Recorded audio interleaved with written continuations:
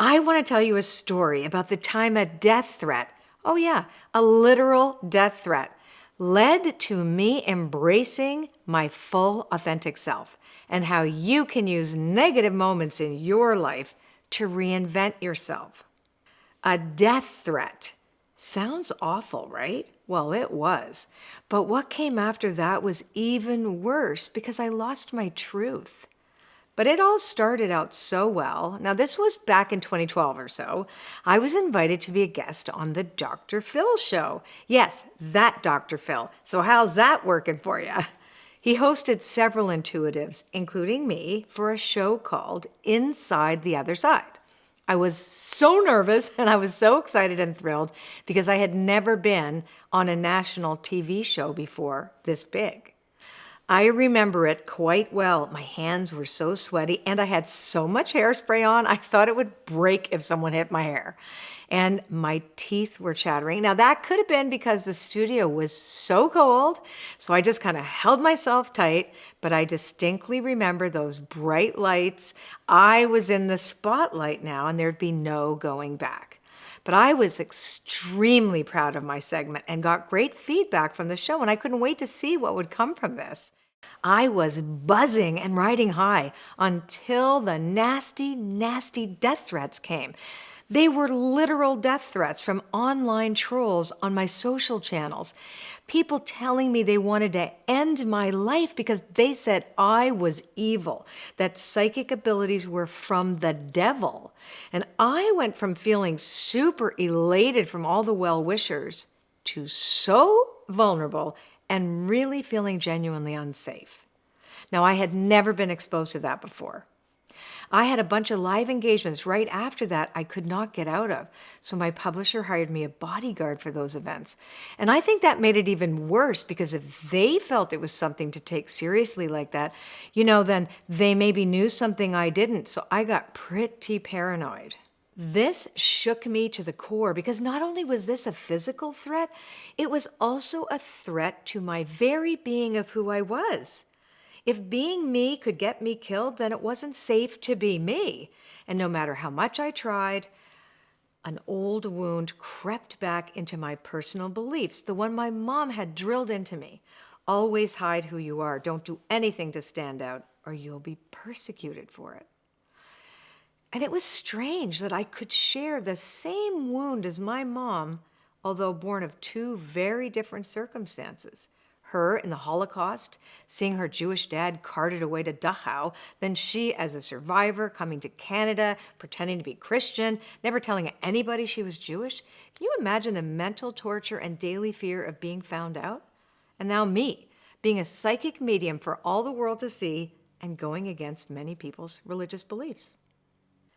And that plugged right into a deeply held belief as well as an ancestral wound that I had, that showing people my authentic self would have consequences. I'd grown up believing that if people knew who I really was, or worse, showed my unique gifts, I'd be rejected or threatened. And here it was happening.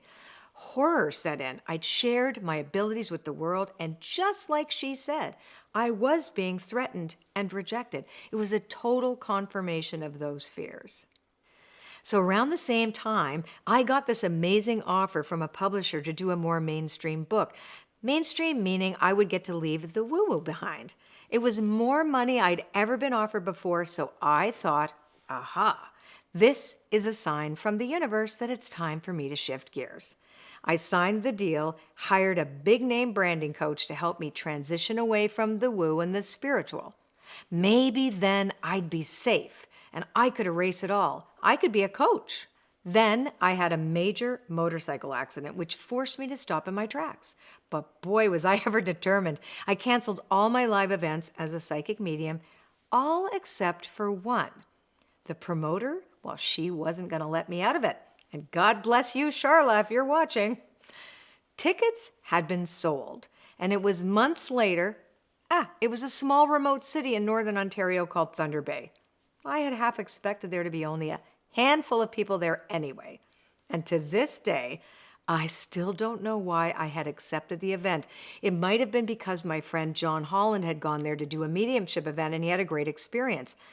I somehow felt safe knowing people were coming specifically for that experience, that maybe it would be the exception that I could make. And maybe they would need some business coaching, which I was really good at. So I headed up to Thunder Bay, Northern Ontario. It was the dead of winter.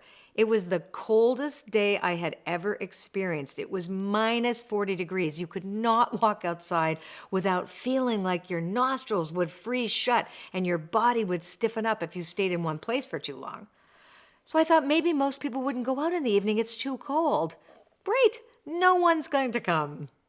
But in the meantime, oh my God, I had to deal with a giant billboard just outside my hotel on the main drag. I almost had a heart attack. It had my face plastered all over it with a sign that said, "An evening of psychic mediumship with Colette Baron-Reid." Like everywhere I went, whether it was the front desk, a coffee shop, dinner, everybody suddenly knew who I was. I mean, try as I might, there was no getting away from me being me. And I was secretly happy that after that day, well, I was going to close the doors on this chapter of my life forever. But Spirit had other plans. So that evening, I showed up at the hotel event space, and the place was filled to the edges. It was packed, standing room only. Well, it turns out when it gets this cold, there isn't much to do in a small town. An event coming through town attracts a lot of people, especially when the event is unique. People were really friendly. It was obvious they were happy to gather as a community. And I started to feel the presence of Spirit like never before. It was as if the part of me trying to be something mainstream got shoved over on the sidelines, and then something came through me, and I did the most profound readings, mediumship too, of my whole career. I had no idea how it was coming to me and coming out of my mouth. Let me tell you my favorite story of the night. It was when I put a young man in contact with his girlfriend. She'd gotten into an accident and was in a coma before she passed. While she was in a coma, this young man asked her to marry him. I was able to let him know that she'd heard him and that she accepted his proposal of marriage if she could. I was in tears. The big guy was in tears. The whole place was in tears. There wasn't a dry eye in the house. In that very moment, I knew this was my purpose. Screw the big book deals. Screw the death threats. Screw the rebranding. I knew that denial of self was not for me, and it would never, ever lead me to fulfillment. Instead, I had to walk the path I was meant to walk, knowing that the universe would protect me, and I could still do this. So as soon as I got back to my room, I called my husband, Mark, and I was in tears. But I told him, you know all that money we just spent to make that whole make CBR mainstream? Listen, we wasted every penny. I'm not going to walk away from what I was meant to do. This is who I am. You should have been here. So what did I learn? Denial of your authentic self will never lead you to your purpose. Never. And since then, there have been times when I've been really scared, but it didn't matter because I was on purpose, my purpose, and that's why I'm here. So it has been a long journey from the time I'd been told by my mom to fit in to be safe so I wouldn't be judged, to now openly and proudly telling the world who I am. I know I will always be judged by certain people. But it's the ones who I serve that will always be my reason for getting up in the morning. If I'd shriveled up into a ball of fear, I could never have moved past it.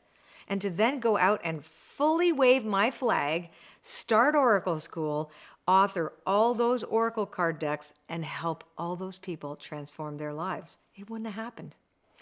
You know, a day doesn't go by when I don't think of that freezing cold evening in that far-off town in Northern Ontario, giving a young man a message that would ease his suffering of never knowing if his girlfriend would ever know how much he loved her. And that I, in that moment, transformed his life, but I transformed mine too. That moment, and many since then, have given me full permission to fully own my unique and authentic self. All of it, warts and all. And that brings us to what owning your authentic self and identity is all about. It's the story of Energy 5. The energy you show to the world that represents how comfortable you are with expressing your voice, who you are authentically. Energy 5 is all about your capacity to communicate and express yourself with the world. Do you have something to say? Do you need to listen to? This energy is about expressing your most authentic self. How you manage this energy depends on how willing you are to overcome the obstacles preventing your truest expression. When the fifth energy is out of balance, you have trouble expressing yourself. You can't say no or set clear boundaries. You don't tell the truth to yourself, but rather you might manipulate a situation to stay safe. These are just some examples of not having a clear and open fifth energy. Now, I know that there are some of you that would love to dive deeper into this and other energies, and that's why, with your permission, I invite you to visit my playlist of all the other energies that comprise of the 7 main stories that make up your life experience, and how, by knowing which energies need a little extra attention, you get closer to living your life free of outside influences and living your true, authentic, and inspired life. So look for the links here that will take you to that playlist, and that will also give you more resources to explore these energy themes further.